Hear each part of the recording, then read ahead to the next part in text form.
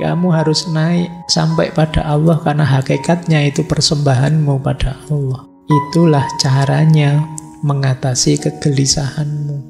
Jadi jangan tertipu oleh yang dunia-dunia, jangan berhenti di dunia. Kamu harus bergerak mentransenden, naik, mendekat, menuju pada Allah.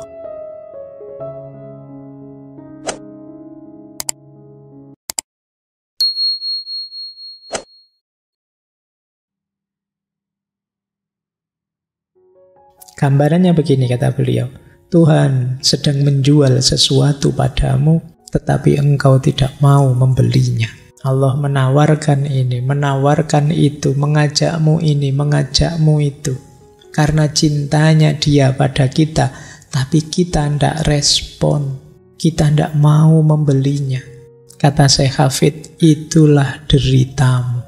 Tawar-menawarmu yang menakjubkan, teriakanmu yang tanpa ukuran tentang harganya. Itulah deritamu. Kita itu selalu mikir kepentingan duniawi kita. Allah memberi yang lebih utama, lebih luar biasa. Tapi kita hanya minta yang duniawi. Allah, yang penting saya ini, yang penting saya itu, duniawi semua. Kata Syekh Hafid, tawar-menawarmu itu kok menakjubkan ya. Tawar terus. Selalu kepentinganmu yang kamu dulukan. Kamu dicintai sedemikian rupa tapi engkau jual mahal. Allah menawarimu apa-apa engkau tolak. Engkau hanya minta keinginan duniawimu saja. Masalahnya di sini kata Syekh Hafid. Intinya hanya ini sebenarnya. Maka yuk kita mulai sadar ya. Allah sudah banyak menawarkan macam-macam kebaikan, keutamaan dan lain sebagainya. Jangan ditawar. Beli saja, ambil saja. Di situ tersembunyi rahasia-rahasia kemanfaatan, keberkahan hidup. Nah, ini saya tutup dengan syair ini ya. Jadi ini ceritanya menarik. Setelah Syekh Hafid meninggal, beliau meninggal 1390. Beliau lahir 1314. Saat beliau meninggal itu para ulama berdebat karena ada yang menganggap beliau musyrik, ada yang membuat beliau kufur karena gagal memahami puisi-puisi beliau. Tapi ada juga yang tahu beliau ini wali, harus kita hormati. Jadi setelah beliau meninggal itu ada perdebatan. Ini kita hormati atau tidak jenazah ini. Akhirnya ini cerita ya. Terus dibuat undian. Sudahlah gini saja kita undi. Sekarang coba ambil kitab kumpulan syair dari Syekh Hafid ini. Kemudian kita buka di halaman mana atau puisi yang mana, syair yang mana yang muncul dan maknanya apa. Berarti itu yang kita ambil. Nah, pas dibuka syair ini yang keluar. Jadi pas diundi keluar syair ini. Isinya kalau dalam bahasa Arab begini. La tu'akhir qadamaka au tataraddat an janazati Hafid fahuwa hurikun fil ismi walakinnahu dhahibun ilal jannati. Ini syair kan, syair-syairnya Hafid sendiri. Berarti sebelumnya beliau sudah pernah menulis syair seperti ini. Ini mungkin juga menunjukkan kerendah hatian beliau merasa jadi orang yang berdosa. Jadi kata beliau, jangan engkau tunda kakimu melangkah. Jangan ragu atas jenazah Hafid. Dia tenggelam dalam dosa, tetapi ia pulang ke surga. Ini pas syair ini yang diambil ya berarti ya sudah. Berarti beliau memang orang baik, orang lurus, orang benar. Nah itu ceritanya begitu. Baik, saya kira itu ya teman-teman malam hari ini. Jadi kita main rasa ya, belum main akal. Meskipun judulnya ngaji filsafat. Izin bertanya Pak Faiz. Itu kan kita dalam masalah cinta itu tidak bisa kita mengenalnya dengan logika kan ya. Bahkan salah satu contohnya dalam cinta kita kepada Tuhan itu dicontohkan oleh bagaimana bagaimana Ibrahim dan Ismail gitu. Bagaimana Ibrahim sebagai seorang ayah. Jadi begini, cinta itu yang pertama-tama tetap hubungannya dengan rasa ya. Di situ ada unsur namanya passion. Kalau itu kamu sudah jatuh cinta, itu sebenarnya otomatis dirimu tergerak menuju yang dicintai. Ingin memberikan apapun yang membahagiakan yang dicintai.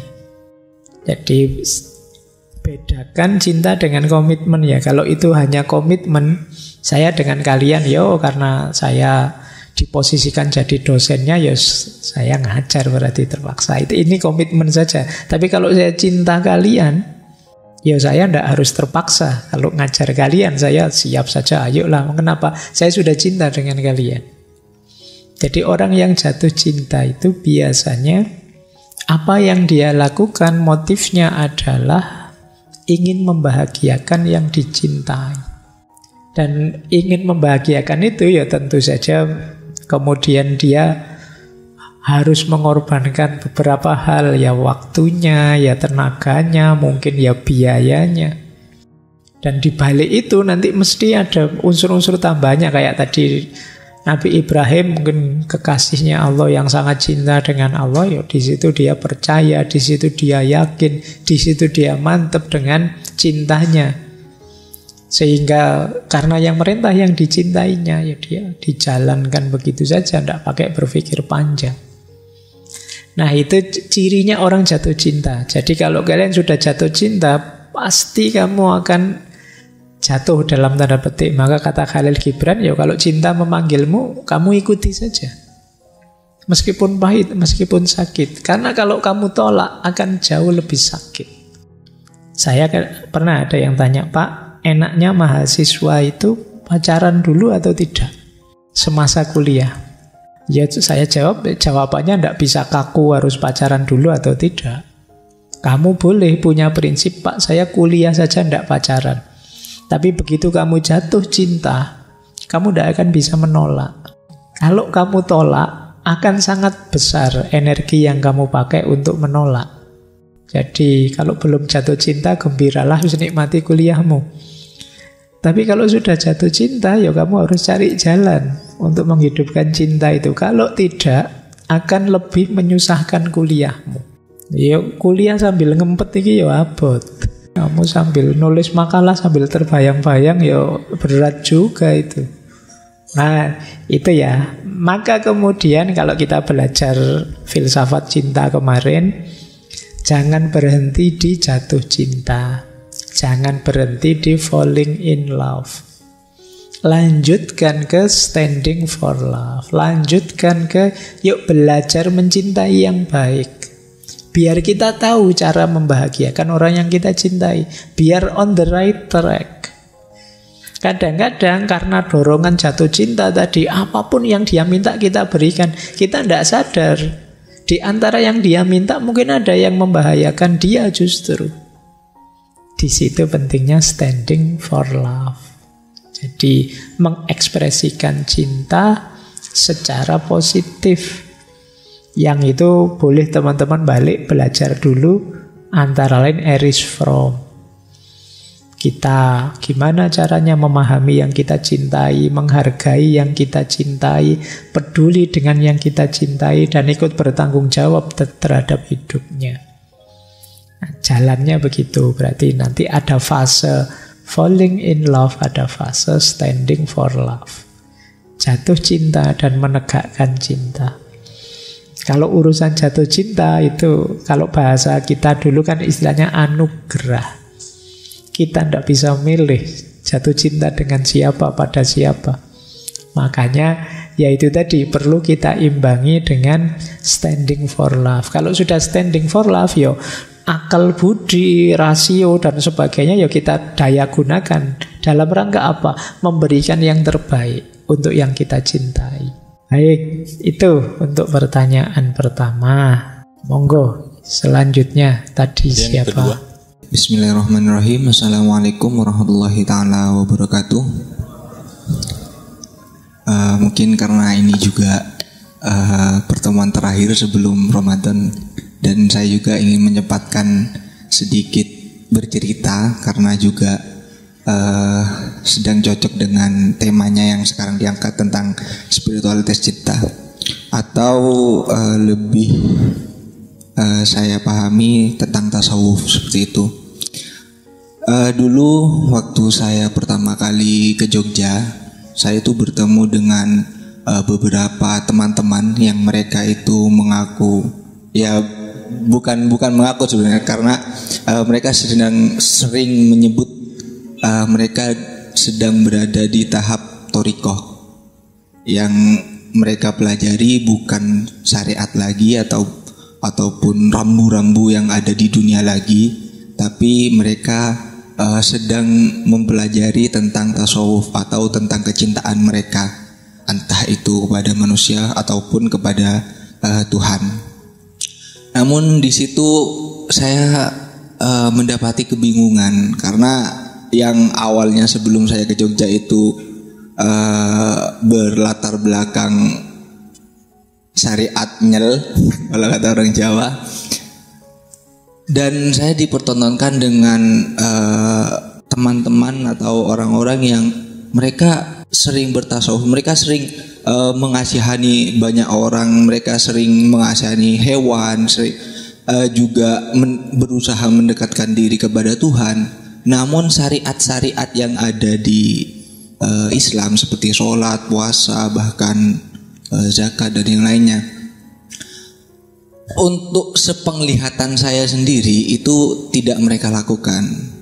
Nah, di situ yang saya bingungkan, apakah mereka ini orang baik atau hanya berkedok seperti itu?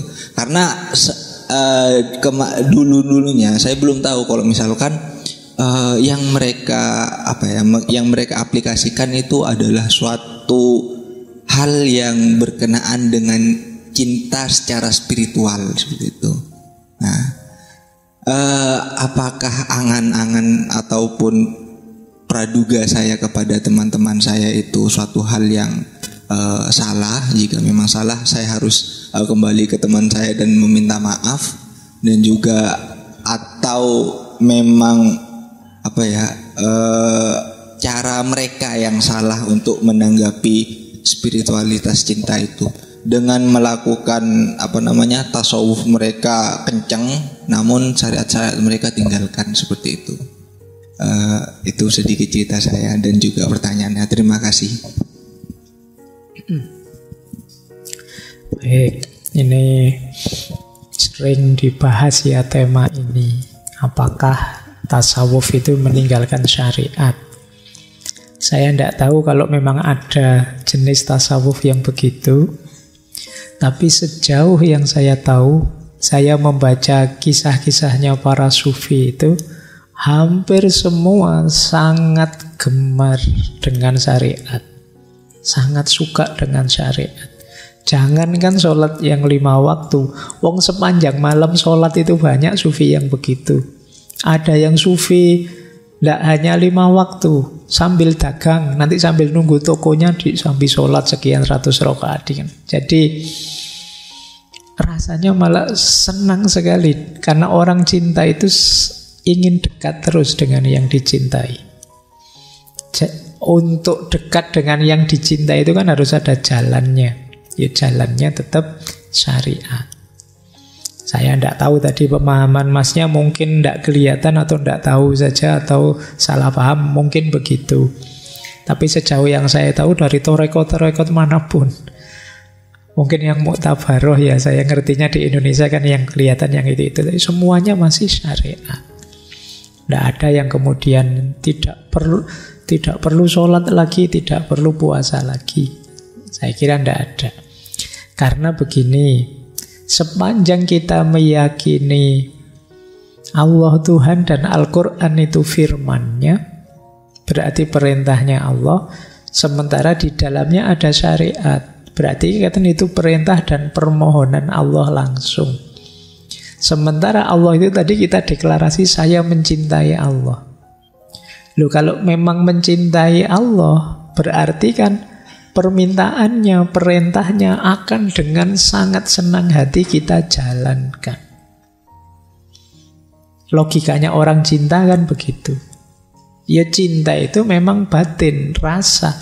Tapi manifestasinya kan ada dalam lahir. Ada di kata-kata I love you kalau kamu jatuh cinta. Ada di Misalnya kalian bilang punya pacar, kan bilang I love you pada pacarmu, kemudian kalau disuruh apa-apa mau mas, mbok aku kalau kuliah jam 7 dijemput, kamu dengan ikhlas jemput. Wah kalau habis kuliah pagi itu jam 9 lapar ya, mbok aku ditraktir, siap ayo traktir. Meskipun kamu tidak punya duit, uyot diutang-utang ke. Itu orang cinta. Ya memang rasa sih, tapi ekspresi dan manifestasinya kelihatan di lahirnya. Kok ada orang jatuh cinta kemudian yang dia cintai minta melakukan sesuatu atau memberikan sesuatu yang kita punya, kok kita tidak mau memberikan? Orang pasti bilang, tenane kamu cinta. Kalau cinta, jangankan disuruh 5 kali, utuh 50 kali seperti sebelum Isra Mi'raj, ayo, tidak masalah. Itu harusnya begitu. Jadi rumus sederhananya itu. Dan saya memang kalau baca sejarah-sejarahnya para sufi itu, justru mereka itu rasanya kok heboh sekali ya kalau sudah urusan sholat, puasa. Ada yang sampai puasa itu hanya buka puasa dengan air putih. Kayak Robi'ah itu waktu buka puasa pernah dia, enak ya kalau buka puasa ini ada roti misalnya. Begitu mau buka puasa ada orang minta-minta butuh roti, ya dikasih semua, tidak jadi buka puasa pakai roti. Dan kayak gini malah cerita seperti ini banyak. Jadi makanya kalau itu torekot beneran, tasawuf beneran, harusnya tidak anti syariat. Kalau ada, mungkin ada yang salah paham, salah tafsir terhadap ajaran-ajarannya para sufi, salafus soleh, dan lain sebagainya. Kalau ada. Tapi sejauh saya tahu yo masih serius dengan syariatnya. Mungkin memang ada 1-2 yang di luar mainstream. Tapi itu kalau menyebut dasarnya adalah cinta saja sama Allah, jangan lupa cinta itu ya memang rasa. Tapi pembuktian dan manifestasinya itu kelihatan, antara lain lewat jalur syariat tadi. Baik, saya kira itu dulu ya untuk yang tadi. Dan ini banyak dibahas kok di banyak-banyak forum, termasuk di googling, nanti boleh cari argumen tentang ini. Baik, bismillahirrahmanirrahim. Assalamualaikum warahmatullahi wabarakatuh. Waalaikumsalam warahmatullahi wabarakatuh. Sebelumnya terima kasih untuk kesempatan kali ini. Saya izin bertanya kepada Pak Faiz. Begini Pak, di minggu kemarin kami mengaji tentang cinta menurut Anthony de Mello, yang mana dijelaskan lawan cinta itu adalah keterikatan dan juga ketakutan. Nah, bagaimana jika kita ini sedang berada dalam suatu hubungan, misalkan hubungan pernikahan, nah, namun pasangan kita itu memiliki sifat posesif ataupun pencemburu. Nah, jadi perasaan posesif ataupun cemburu ini membelenggu kita karena menciptakan ketakutan tersebut sehingga membatasi ruang gerak, ruang interaksi dan sosialisasi diri kita terhadap orang lain ataupun untuk mengikuti suatu kajian seperti itu, Pak. Nah, rasa keterikatan ini dan ketakutan itu justru bukan datang dari diri kita sendiri, melainkan dari pasangan kita. Nah, bagaimana cara kita untuk menyikapi hal tersebut? Terima kasih. Wassalamualaikum warahmatullahi wabarakatuh. Waalaikumsalam warahmatullahi wabarakatuh. Baik.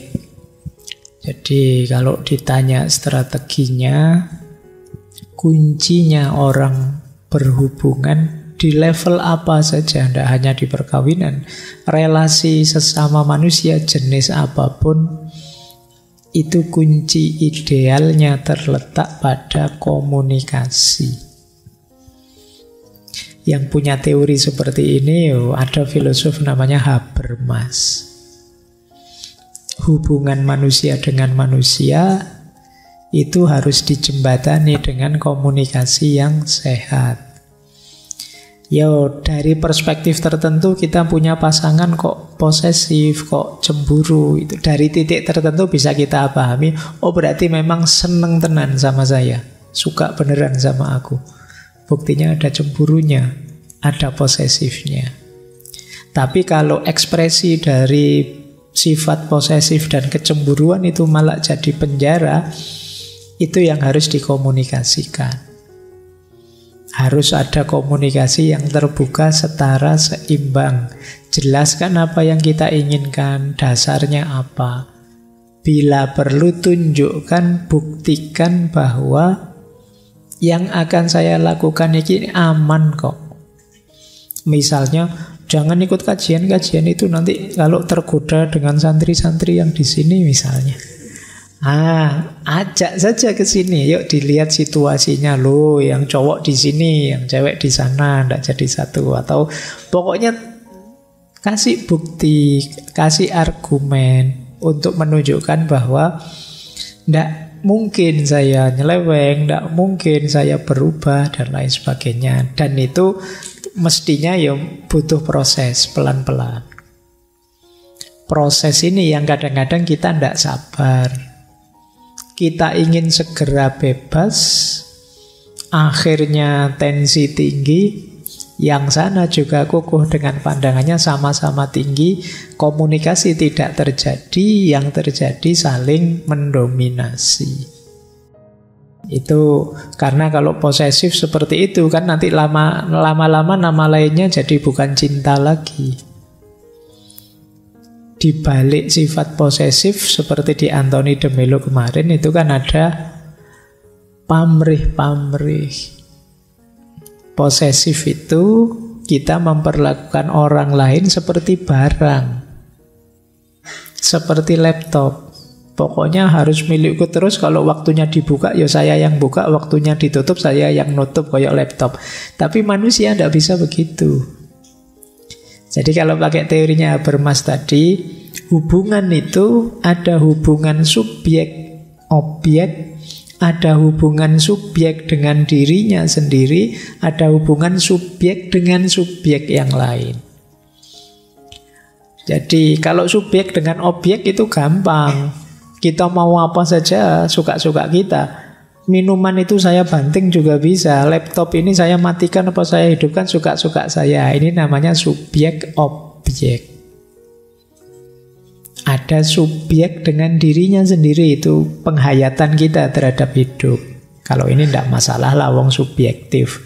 Menurut saya ini benar, menurut saya ini baik, menurut saya ini luar biasa.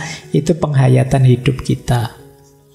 Tapi nanti ada orang lain, yang orang lain juga menurut dia ini baik, menurut dia itu benar dan lain sebagainya. Ketemu kita, itu yang disebut subjek-subjek. Nah, kita harus sadar itu, yang kita hadapi ini manusia. Yang punya keinginan, punya harapan, punya cita-cita. Sampaikan saja, saya juga manusia, saya punya keinginan, saya punya cita-cita, saya punya harapan, sebagaimana sampean. Apa yang harus saya lakukan, yang kita sama-sama nyaman, yang sana juga begitu. Yuk, itu namanya komunikasi. Kalau bahasa Jawanya diuwongke. Sifat posesif berlebihan itu nanti cenderung hanya mengobjekkan pasangan kita. Bahwa pasangan itulah nanti yang memuaskan kebutuhan dan keinginan kita. Kita lupa bahwa pasangan kita juga punya kebutuhan dan keinginan. Wong dia sama-sama manusia. Disitulah pentingnya saling berkomunikasi. Sulit Pak berkomunikasi. Masya Allah pasangan saya itu misalnya begitu. Kalau sulit, carilah perantara. Kalau bahasa Al-Quran itu ada istilah hakamam min ahlihi wa hakamam min ahliha. Wah sulit ini ngobrolnya. Sudahlah minta bantuan Pak D, opo Bapak, opo Ibu yang bisa mewakili ngomong. Kalau kita sendiri yang ngomong tensi tinggi ini mesti meledak. Nah, itu namanya hakam, perwakilan. Jadi ada banyak jalan. Yang penting jangan lupa bahwa pasangan kita itu manusia. Sama-sama manusia, sama-sama punya keinginan, sama-sama punya cita-cita. Kalau kita memang benar mencintai, pasti kita ingin dia bahagia. Jadi yang kita perjuangkan tidak hanya keinginan selera kita, tapi juga keinginan dan kebutuhan dia. Nah, jalannya memang komunikasi. Dan lagi saya ingatkan lagi, perlu proses ya, tidak bisa instan, pelan-pelan. Mungkin diawali ada ngalah-ngalahnya sedikit, terus pelan-pelan digiring. Karena insya Allah manusia itu ya tidak seperti binatang yang pakem. Hati itu bisa digeser, bisa diubah, bisa dilembutkan. Yang terakhir jangan lupa, mungkin ini yang paling penting, berdoalah. Minta pada Tuhan untuk dibuka hatinya, dilembutkan hatinya. Insya Allah kalau Allah ridho, Allah berkenan ya, ada bantuan besar nanti dari Allah untuk yang terbaik dalam hidup kita. Oke, itu ya pertanyaan tadi. Monggo kalau masih ada. Baik, Assalamualaikum warahmatullahi wabarakatuh. Waalaikumsalam warahmatullahi wabarakatuh. Mungkin lebih ke ini ya Ustadz. Jadi saya tuh kadang mengaitkan hal-hal kecil yang terjadi tuh sama Allah kayak gitu. Misal mungkin ketika nggak sengaja jatuh, atau mungkin kejedot, atau mungkin kesandung gitu. Pasti seketika pikiran saya tuh langsung bilang gini, mungkin Allah marah ya gitu, mungkin ini teguran ya, atau mungkin yang saya lakuin tadi tuh salah gitu, mungkin makanya Allah tuh negur dari saya kesandung misalkan. Dan itu tuh emang kayak hal-hal kecil itu tuh selalu dikaitkan kayak gitu Ustaz. Nah jadi kayak entah, saya juga nggak tahu apakah itu suatu ketakutan yang berlebihan ataukah apa ya, atau emang tuh lagi di posisi jauh nih dari Allah kayak gitu, makanya hal-hal seperti itu kemudian menimbulkan perasaan-perasaan yang demikian gitu, sehingga hal-hal kecil pun dikait-kaitkan gitu. Mungkin begitu. Terima kasih Ustaz. Baik, jadi begini ya, saya tidak tahu teman-teman itu memaknai momen-momen hidupmu sebagai apa. Karena manusia itu memang punya kuasa memaknai apapun itu. Tapi kalau bisa, pastikan makna yang kalian berikan punya efek membuat kita tambah dekat dengan Allah. Karena rute hidup ini pastinya adalah inna lillahi wa inna ilaihi raji'un. Pada akhirnya kita akan kembali pada Allah. Berarti apa? Kita on the right track. Kita ada di jalur yang benar kalau umur kita bertambah dan kedekatan kita dengan Allah bertambah. Berarti kita ada di jalan yang benar. Wong umur kita itu tujuannya kembali pada Allah. Kalau kita berjalan kembali pada Allah, kan ukurannya kita tambah dekat terus apa tidak dengan Allah. Kalau kita tambah dekat, oh berarti aku jalanku benar. Tapi kalau kita tambah jauh, kemungkinan salah jalan. Nah itu rumusnya hidup kan itu. Maka mengalami apapun, ayo dimaknai yang itu membuat kita tambah sadar tentang Allah, tambah dekat dengan Allah. Boleh kok tadi setiap kali jatuh, wah ini jangan-jangan teguran dari Allah. Nah, yang terus selanjutnya berarti saya harus memperbanyak ibadah nih. Nah, itulah yang saya sebut efeknya membuat kita tambah dekat dengan Allah. Tapi kalau setelah dimaknai begitu terus, sudahlah peduli amat, Allah kan Maha Penyayang, selesai. Nah, itu berarti pemaknaannya kurang lanjut. Jadi dimaknai apapun monggo yang arahnya tambah dekat kita dengan Allah. Mungkin tidak harus persis ini hukuman dari Allah atau ujian dari Allah. Mungkin yang lain memaknainya, wah ini mungkin karena saya ceroboh, tidak hati-hati ini. Selanjutnya saya akan lebih serius, hati-hati menjaga tubuh ini biar tidak sakit, biar bisa lebih kuat ibadahnya dengan Allah misalnya. Ini juga pemaknaan. Yang penting dimaknai apapun hidup ini, pastikan makna kita membuat kita tambah dekat dengan Allah. Karena manusia itu kan memang tidak pernah berhenti di fakta, selalu memberi makna tentang apapun. Ngaji malam hari ini, setiap kepala punya makna. Pemilu kemarin, setiap kepala punya makna. Masing-masing orang menempelkan label, menempelkan makna pada apapun, pada sesuatu apapun yang ada di sekelilingnya. Jangankan yang hebat-hebat, yang kecil-kecil saja kita memaknai. Masuk ke masjid sini, loh masjid ini kok catnya hijau ya. Jangan-jangan masjid ini, terus itu makna namanya. Kamu kemana gitu lihat pakai hitam-hitam, wah kok hitam ya. Hitam itu kan simbol kegelapan misalnya, atau ya. Jadi manusia itu selalu memaknai, maka pastikan kalau kita memberi makna apapun, makna yang efeknya membuat kita tambah dekat dengan Allah. Nah, sehingga setiap peristiwa jadi pelajaran kita, jadi hikmah bagi kita untuk tambah dekat dengan Allah. Jadi tidak apa-apa dimaknai seperti tadi. Pak, setiap kali mendapatkan musibah kok saya mikirnya selalu peringatan atau hukuman dari Allah biar saya lebih, tidak apa-apa kalau dari situ terus jadi lebih baik. Tapi kalau setelah itu ya kembali ke asal lagi Pak, ke settingan awal lagi, ya berarti tidak ada perbaikan dari situ. Baik, itu ya untuk pertanyaan tadi. Assalamualaikum warahmatullahi wabarakatuh. Sangat asik sekali membahas tentang filsafat kita masuk dalam konsep tasawuf. Yang aku pahami, ketika cinta itu dibahas dalam konsep tasawuf dan tasawuf itu bersifat abstrak, maka tafsirannya pastinya abstrak. Ada sebuah hadis yang mengatakan bahwasanya la ya'riful wali wala wali, tidak akan mengetahui seorang wali kalau dia bukan wali. Nah, yang saya tanyakan, bagaimana Pak Faiz bisa menafsirkan bahwasanya argumen-argumen yang dibuat oleh Hafidz Asy'ari ini berbunyi begini dan begini gitu. Itu yang pertama. Kemudian yang kedua, aku kemetik banget dengan salah satu syairnya Hafidz Asy'ari yang berbunyi, dengan berhenti membaca Tuhan, karena suka apapun kita membaca Tuhan tidak akan sampai kepadanya. Ya, aku sangat setuju dengan pantulan syair tersebut. Yang aku tanyakan, aku pengen nanya ke Pak Faiz, mungkin pertanyaan aku ini keluar sangat dari pembahasan ini.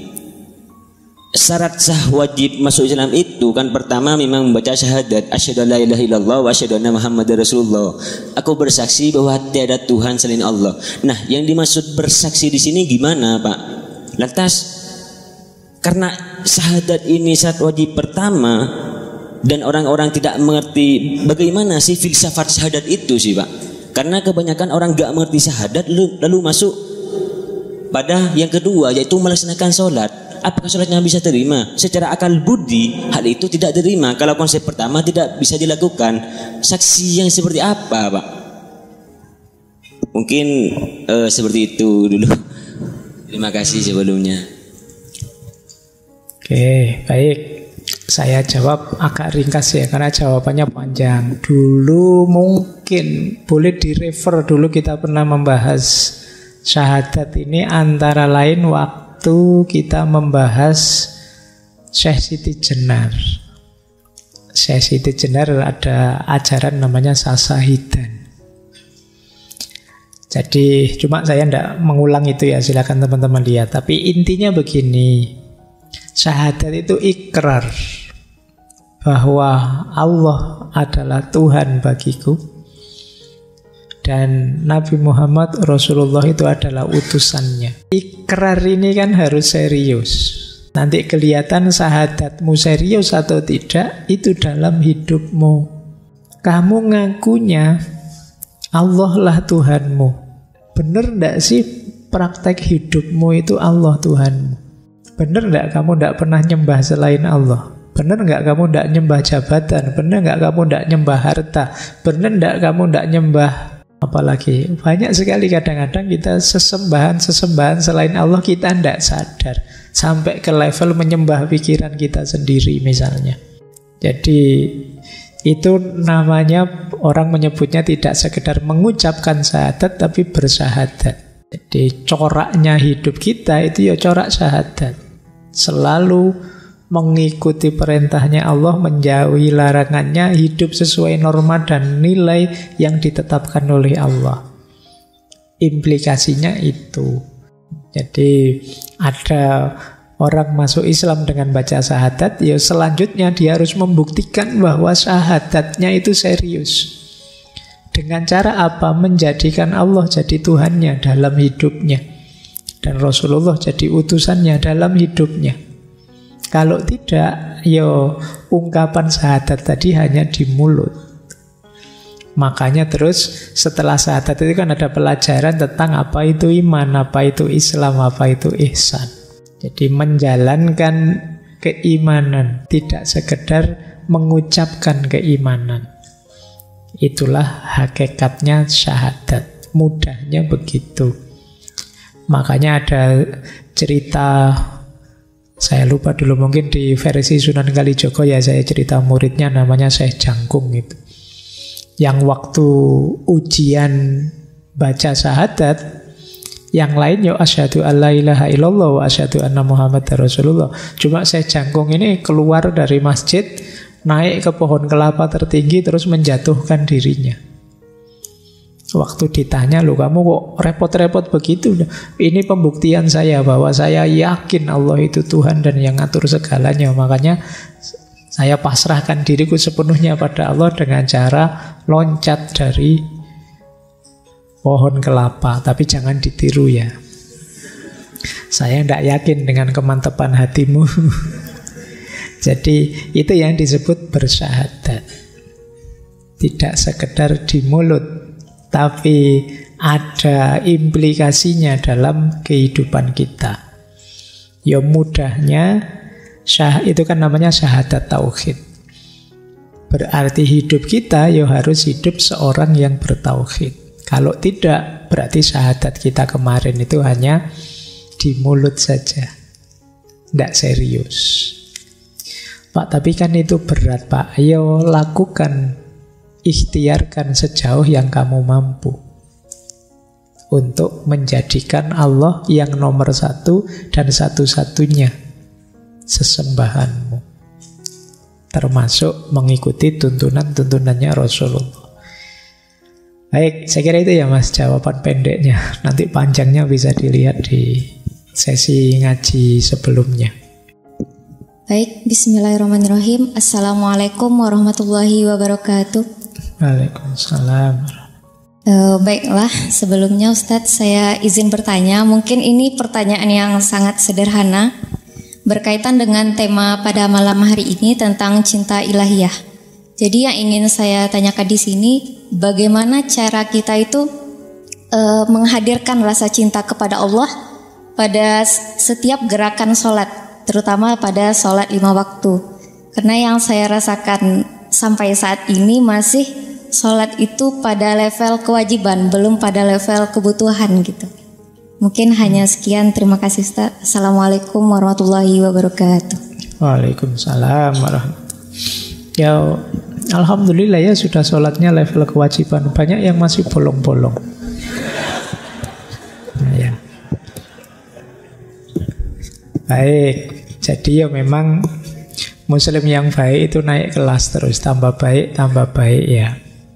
Gimana sih cara menghadirkan Allah di setiap kita sholat? Kadang-kadang kita mikir ini saja, malah jadi lupa waktu sholat mikir gimana ya caranya biar Allah hadir, malah tidak khusyuk. Kalau dalam bahasa psikologi yang belakangan sering kita pakai, itu kita perlu mindful. Mindful itu sederhananya menghadirkan kesadaran sepenuhnya tentang apa yang sedang kita lakukan. Mindful itu mungkin dekat terjemahannya kalau dalam Islam khusyuk. Khusyuk itu bukan tegang terus aku harus ingat Allah, enggak. Tapi justru longgar, lepaskan semuanya, sadari kita ada di momen sedang berhadapan-hadapan dengan Allah. Nikmati momen itu mindful. Ya belakangan wacana mindful ini sering dibahas di mana-mana, mungkin karena manusia hari ini itu pikirannya sibuk sekali mikir apa-apa. Kita belakangan terbiasa melakukan pekerjaan sambilan, sambil pegang HP, makan sambil pegang HP, kuliah sambil baca HP, ngaji sambil lihat HP. Apa itu sambilan? Pikiran kita terlatih bercabang, tidak menikmati apa yang sedang kita lakukan. Makan sambil pegang HP, kita lupa betapa enaknya yang kita makan, kita lupa mahal loh ini tadi belinya. Enggak, sambil lihat HP. Itu namanya tidak mindful. Kita tidak menikmati setiap suapan yang kita masukkan ke mulut. Kita tidak menikmati lembutnya makanan atau kerasnya daging yang kita kunyah. Kita lupa dengan tidak pernah sadar. Momen demi momen hidup kita alami tanpa kesadaran. Apalagi terus sholat, itu kita sering kesadaran kita tidak hadir. Sholat itu kita kayak otomatis, kayak robot. Sholat, ya sholat, waktunya sholat. Tapi waktu sholat sudah sambil mikir apa, sambil mikir ini itu. Nanti waktunya zikir, habis sholat itu kita sudah pegang HP. Nanti subhanallah, kalau dulu tangan gini, sekarang sambil nyekrol. Subhanallah, subhanallah. Kamu wiritan sambil pegang HP. Bisa begitu sekarang ya. Ayo ya. Kita sekarang sulit bahagia karena kita tidak pernah fokus. Ayo kita nikmati apapun momen yang sedang kita jalani. Sekedar ngobrol dengan teman akan jauh lebih asik kalau HP-nya kita balik, kita tutup. Yuk ngobrol yang asik yuk. Tidak sebentar-sebentar gini. Nanti berdua jalan-jalan di mall, duduk di mall, yang satu ngadep sana, yang satu ngadep sini. Ini semua. Lah ngapain, gunanya apa tadi jalan-jalan kok? Cuma lihat HP terus. Sholat juga begitu. Ayo kita nikmati setiap gerakan, setiap momen, setiap bacaan. Jadi ketika kita bilang subhana rabbiyal a'la wa bihamdi, kita sadari betapa dia yang maha tinggi, betapa rendahnya kita, betapa kita tidak ada apa-apanya di hadapan dia. Kesadaran ini akan nambah kita khusyuk, nambah kita sadar betapa saat ini kita sedang berhadapan dengan zat yang luar biasa itu. Betapa ini momen yang sangat berharga, yang tidak boleh lewat sia-sia begitu saja. Nah, ayo kita latihan ya. Iya memang tidak bisa langsung seperti itu, tapi ayo belajar setahap demi setahap menuju ke sana. Wong teman-teman kalau ngadep dosen, apa ngadep dekan, apalagi ngadep rektor itu kan yo begitu seriusnya semangatnya. Kadang dosennya ngomong tidak lucu, kamu paksain ikut ketawa karena tidak enak. Demi dia yang di depanmu. Nah, waktu sholat juga begitu. Yuk, segalanya, fokus, perhatian, pikiran, perasaan, kamu hadirkan. Ya mungkin tidak bisa langsung 100%, setahap-setahap ya. 10% lah. Pak, saya itu biasanya ingat di awal-awal saja sama di ujungnya. Nah, nanti mungkin ditambahi. Plus sekarang saya nambah, Pak. Waktu sujud tambah penghayatan saya. Waktu rukuk sekarang nambah penghayatan, Pak. Tidak apa-apa, kamu tambah terus sampai pada akhirnya fully, sepenuhnya kamu bisa sadar menikmati sholat, menikmati betapa berharganya momen ketika kamu sedang berkomunikasi berhadapan dengan Allah dalam sholat.